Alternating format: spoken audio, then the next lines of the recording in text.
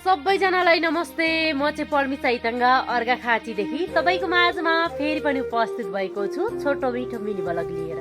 Mini blog हेरिसकेपछि पर्मिसा कान्छी YouTube च्यानलमा गई लाइक कमेन्ट शेयर सब्सक्राइब गर्न नभुल्नुहोला।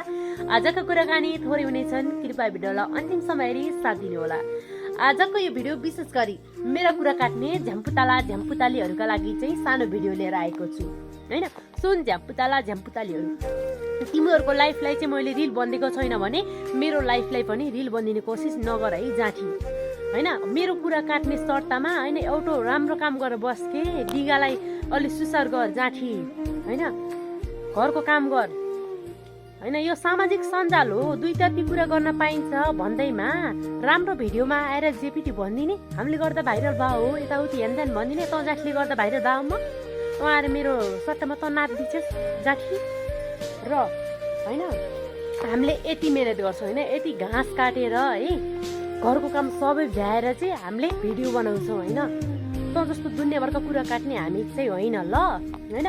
मेरो एउटा नैसर्गिक अधिकार माथि हात उठाउने तँ चाहिँ को होस् हैन। तेरो अधिकारमाथि मैले हात उठाएको छैन भने मेरो अधिकारमाथि पनि तँ जातिहरूले हात उठाउनु पर्ने कुनै पनि अधिकार छैन। र अर्को कुरा हेर हैन, मेरो कुरा काटेर बस्ने ठाउँमा घरैसी काम गर, यानि कि सिपमूलक काम गर, त्यो एउटा तेरो चोइस हो हैन। हामीले चाहिँ कसैको कुरा काट्दैनौँ र कसैलाई भन्दैन, यति धेरै काम गर्नुपर्छ यति मात्र होइन है। अब रक्सीमा पानी चाटिसकेछ। र अर्को कुरा डिगा, हाम्रा डिगा हेर उताको गोठ भोरेर यता पनि भोरेन बाख्राले। तँ जस्तो दुनियाँका कुरा काट्ने होइन क्या हामी।